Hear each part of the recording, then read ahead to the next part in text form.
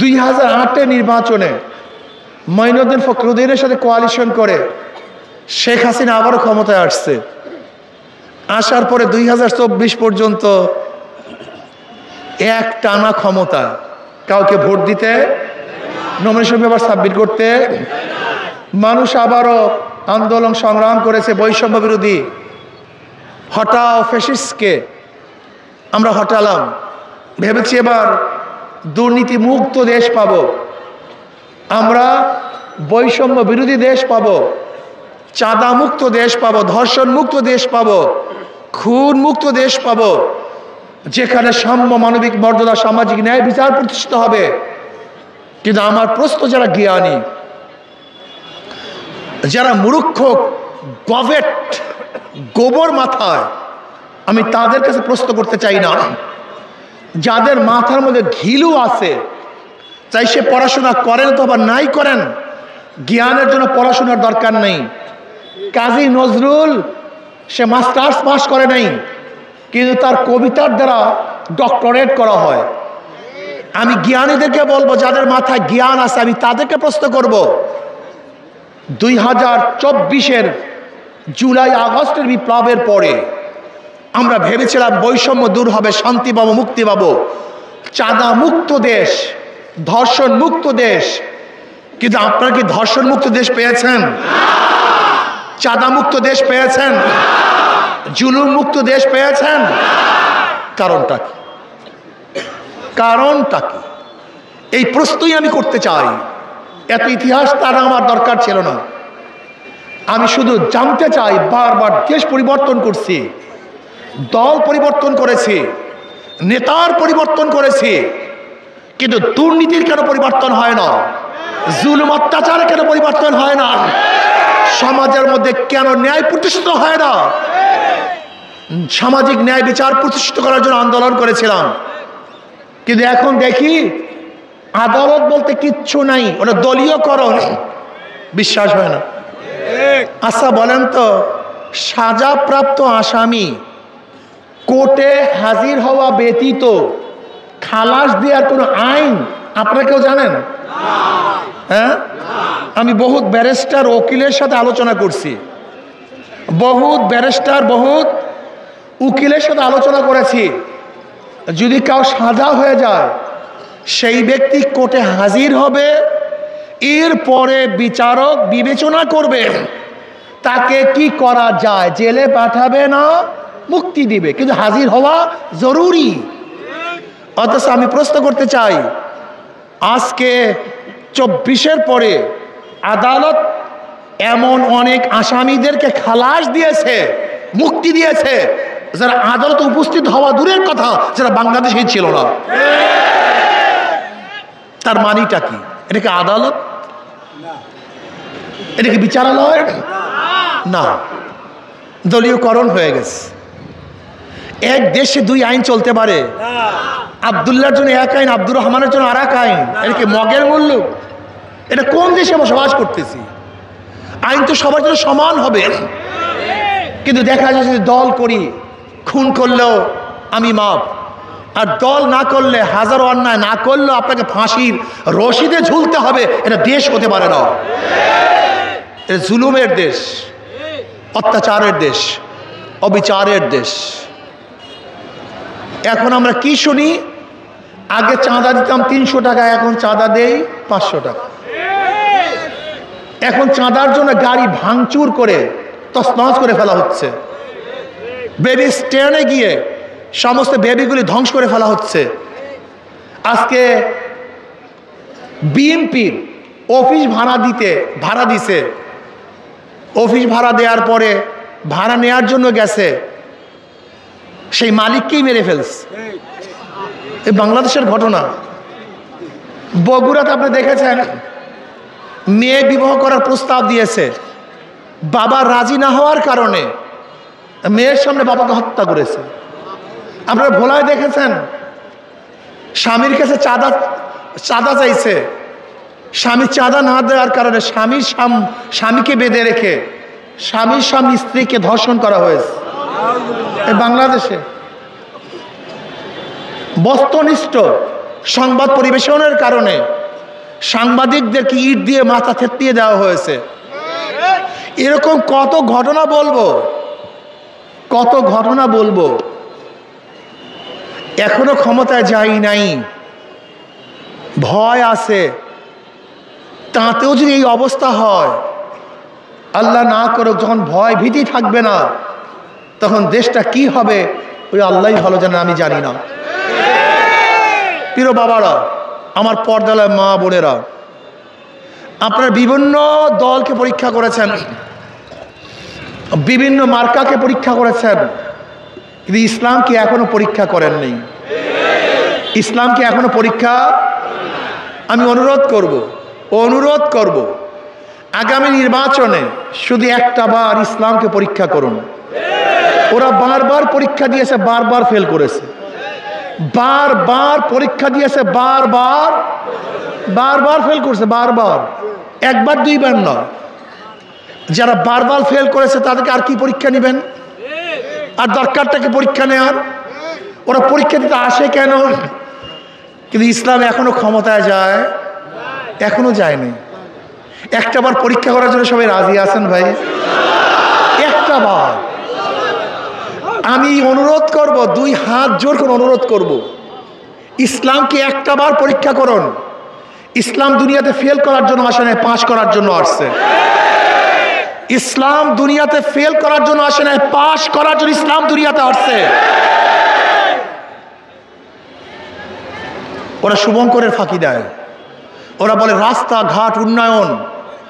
একজন এমপির দায়িত্ব শুধু রাস্তাঘাট উন্নয়ন নয়, একজন এমপির দায়িত্ব আগামী দেশ কোন আইনে চলবে সেই আইন প্রণয়ন করাও তার দায়িত্ব। এটা কি গণতন্ত্রের ভিত্তিতে চলবে, না সেকুলারের ভিত্তিতে চলবে, না কমিউনিজমের ভিত্তিতে চলবে, না ইসলামী আইনে চলবে? এই আইন প্রণয়ন করাও একজন এমপি সদস্যর কাজ। এটা এমপির কাজ, সংসদ সদস্যের কাজ। কাজে আমাদের শুধু রাস্তাঘাটের বলে, অত রাস্তাঘাটের খপ্পরে আমাদের ঈমানকে ধ্বংস করে ফেলছে, এটা আমাদের অনেকেরই জানা নেই। কিয়ামতের ময়দানে অনেক মুসল্লি দেখবে লক্ষ লক্ষ ব্যারেল মদের গুনাহ। আল্লাহ, আমি কোনোদিন মদ পান করিনি, এত মদের গুনাহ আসছে কোথার থেকে? আল্লাহ পাক বলবেন, যাদেরকে ভোট দিয়ে মদের আইন পাশ করছে সমস্ত গুনাহ তাদের আমল নামায় লিখে দিচ্ছে। লক্ষ লক্ষ জেনার গুনাহ। বলবে, আল্লাহ, আমি কোনোদিন অপকর্ম করি নাই। বলবে, যাদেরকে ভোট দিয়ে জেনার আইন পাশ করছো সব গুনাহ তাদের আমল নামায় লিখে দিচ্ছে। আপনি কি ভেবেছেন আগামী বাংলাদেশ কোন আইনে চলবে, কোন নীতিতে চলবে, সেই প্রণয়ন যারা করে তারাই হলো সংসদ সদস্য। আপনাদের শুধু রাস্তাঘাটের বলে, শুধু রাস্তাঘাট একজন এমপির দায়িত্ব না। একজন এমপির দায়িত্ব আগামী রাষ্ট্র কোন আইনে, কোন আদর্শে, কোন নীতিতে চলবে।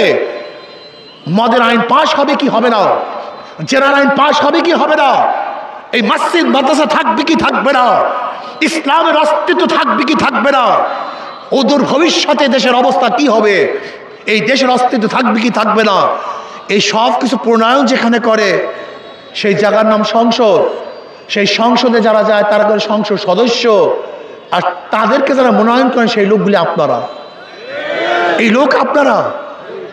আপনাদের ভোটের কারণে এদেশ ভালোও চলতে পারে, খারাপও চলতে পারে, চুরি হতেও পারে, না হতে পারে। কাজে আসুন না আমরা একটাবার যদি ইসলামকে পরীক্ষা করি। ওদের সব জায়গায় ধোঁকাবাজি। যারা নৌকায় নির্বাচন করে নিজেরা নৌকা চালাতে পারে না, যারা ধানের শীষে নির্বাচন করে নিজেরা ধান কাটতে পারে না, যারা নাঙ্গলে নির্বাচন করে নিজেরা নাঙ্গল বইতে পারে না, যারা কুঠার নিয়ে নির্বাচন করে নিজেরা কাঠ ফাটতে পারে না, যারা গরুর চাকায় নির্বাচন করে নিজেরা গরুর গাড়ি চালাতে পারে না। সব মার্কাগুলি গরিবদের। নৌকা গরিবদের প্রতীক, ধানের শীষ গরিবদের প্রতীক, নাঙ্গল গরিবদের প্রতীক। কিন্তু যারা নির্বাচন করে একজনও গরিব না। বুঝাতে পারিনি? সব ধোকা দেয়। কিন্তু হাত পাখা এমন একটা প্রতীক, যে নির্বাচন করে সেও চালাতে পারে, যারা সমর্থন করে তারাও চালাতে পারে। হাত পাখা চালাতে পারে পুরুষরা, হাত পাখা চালাতে পারে মহিলারা। হাত পাখা প্রয়োজন ছোটদের, হাত পাখা প্রয়োজন বড়দের। হাত পাখা শান্তি দেয় মুসলমান, হিন্দু, বৌদ্ধ, খ্রিস্টান সবাইকে। হাত পাকা সবার প্রতীক। ঘুমের সময় কাউর মার্কা বুকের উপরে থাকে না, কথা কয় না।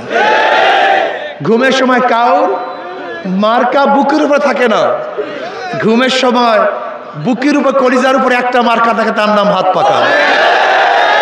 আমি বিশ্বাস করি কারেন্ট ফেল করে, হাত পাকা ফেল করে না। যদি ইনশাআল্লাহ হাত পাকাকে বিজয় করি, আমরা সবাই বিজয় হব। যদি হাত পাকাকে বিজয় করি, এদেশের সমস্ত মানবতা বিজয় পাবে। হাত পাকা যদি বিজয় করি, ইসলাম বিজয় হবে। হাত পাকা যদি বিজয় করি, আল্লাহ আল্লাহ রসুলের আইন এদেশে বাস্তবায়ন হবে। কাজী শুধু ভোট চাইব না। আমাদের মুফতি মিজান সাহেব আপনারা জানেন অনেক জ্ঞানী, অনেক জ্ঞানী। আল্লাহ পাক অনেক মেধা দান করছে। ওর মেধার তারই প্রশংসা আমরা নিজেরা সব জায়গায় করি। আল্লাহ পাক অনেক জেহেন দান করছে, মেধা দান করছে, জ্ঞান দান করছে মুফতি মিজান সাহেবকে। উনি মুফতি, উনি মুহাদ্দিস, উনি আদিব, উনি একজন সাহিত্যিক, উনি একজন ব্যবসায়ী, উনি সমাজসেবক। আমি বিশ্বাস করি যদি মুফতি মিজান সাহেব আপনাদের এলাকার থেকে নির্বাচিত হয়, আপনি নির্বাচিত করেন, আশা করি ইনশাআল্লাহ যে ইসলামী আইন প্রণয়ন করার সহযোগিতা সাহায্যে আপনারা সামনে অগ্রসর হবেন। ঠিক আপনাদের দেশে উন্নয়নের জন্য ইনশাআল্লাহ তাকে কাছে পাবেন, কোনো সন্দেহ নেই। এবং বিশ্বাস করি বিগত বৎসরগুলিতে যে উন্নয়ন না হয়েছে তার চেয়ে কম হবে না, অনেক বেশি করার চেষ্টা করবেন ইনশাআল্লাহ। কেন মুফতি মিজান চুরি করবে না, আত্মসাৎ করবে না, জুলুম করবে না, অত্যাচার করবে না। আমাকে অনেকে প্রশ্ন করে, হুজুর আওয়ামী লীগ যদি আগামীতে নির্বাচন অংশগ্রহণ না করে তাহলে আওয়ামী লীগের ভোটগুলি কে পাবে? আমি বললাম সহজ কথা, যাদের মাধ্যমে তাদের জান এবং মালের নিরাপত্তা পাবে তাদেরকেই তারা ভোট দিবে। যাদের মধ্যে হাতের মধ্যে রক্তের খুনের রক্ত, যাদের হাতের মধ্যে জুলুমের স্পর্শ, যেই দলের মধ্যে চাঁদাবাজ থাকে, গুন্ডা মাস্তান থাকে, তাদেরকে নিরীহ মানুষগুলি কোনো অবস্থাতেই ভোট দিতে পারে না। এদেশ হিন্দুরা কাদেরকে ভোট দিবে? যাদের মাধ্যমে তাদের জান মালে নিরাপত্তা পাবে। আপনাদের ধারণা কি মুফতি মিজান কি কোন হিন্দু বা বৌদ্ধ বা খ্রিস্টানদের জানমালের ক্ষয়ক্ষতি করবে, ধ্বংস করবে? না, এটা হয় না, এটা হতে পারে না। কাজে আমি হিন্দু বন্ধুদেরকে বলবো, হিন্দু ভাইদেরকে বলবো, জীবনবার ভুল করেছেন, একটাবার ইসলামকে পরীক্ষা করুন। এইবার ইসলামকে পরীক্ষা করেন, ইনশাআল্লাহ বিগত দিনে যদি ভালো না থাকেন তাহলে আর কোনোদিন ভোট চাবো না, ভোট চাইতে আসবো না, ভোট দেওয়ার দরকার নেই। এবার ইনশাআল্লাহ হাত পাকাকে বিজয় করার জন্য সবাই রাজি আছেন তো? ইনশাআল্লাহ আমার যুবক বাবারা আসো তো ইনশাআল্লাহ। আমাদের ইনশাআল্লাহ শোনেন শোনেন শোনেন, আমি বিশ্বাস করি, শোনেন শোনেন, আমি বিশ্বাস করি আজকের থেকে যদি ইনশাআল্লাহ, আজকের থেকে যদি আপনারা সবাই নামেন, দেখেন ইসলাহের জন্য মানুষ 1 চিল্লা দেয়, 3 চিল্লা দেয়, 1 বছরের চিল্লা দেয়, জীবন চিল্লা দেয় মানুষ নিজের সংশোধনের জন্য। তা আমরা নিজের সংশোধন এবং সমাজের সংশোধন এবং দেশের সংশোধনের জন্য মাত্র 90টা দিন, মাত্র 90টা দিন এই আল্লাহর রাস্তায় দেশের উন্নয়নের জন্য, ইসলামের উন্নয়নের জন্য ব্যয় করার জন্য রাজি আছেন ইনশাআল্লাহ? 24 ঘন্টা সময়, 12 ঘন্টা, 8 ঘন্টা, মিনিমাম 4টা ঘন্টা সময় ইনশাআল্লাহ আমরা ব্যয় করবো, রাজি আছেন ইনশাআল্লাহ? আমার সন্তানের জুতা কিনে দেই, দামি শাল কিনে দেই, দামি কাপড় কিনে দিই স্ত্রীকে, অথচ আমরা আল্লাহর কুতুব, চরমনে আল্লাহর কুতুবকে ভালোবাসি। আমরা হাত পাকাকে মহাব্বাত করি। এই হাত পাকার ভালোবাসায়, মহাব্বাতে, আল্লাহর কুতুবের মহাব্বাতে, ভালোবাসায় আমি কি নিজে একটা ফেস্টুন, 2টা ব্যানার, 100 ব্যানার 100 ফেস্টুন কি করতে পারি না? এতটুক কেন পারবো না? এতটুক ত্যাগ কেন হবে না? আজকের থেকে আমার নিজের অর্থে আমি ফেস্টুনি দেব, ব্যানার করব, আমার নিজের গরজে আমি দাওয়াত দেব। আল্লাহ আমাকে এবং আমাদের সবাইকে কবুল করে নেন। হাত পাখা জিন্দাবাদ।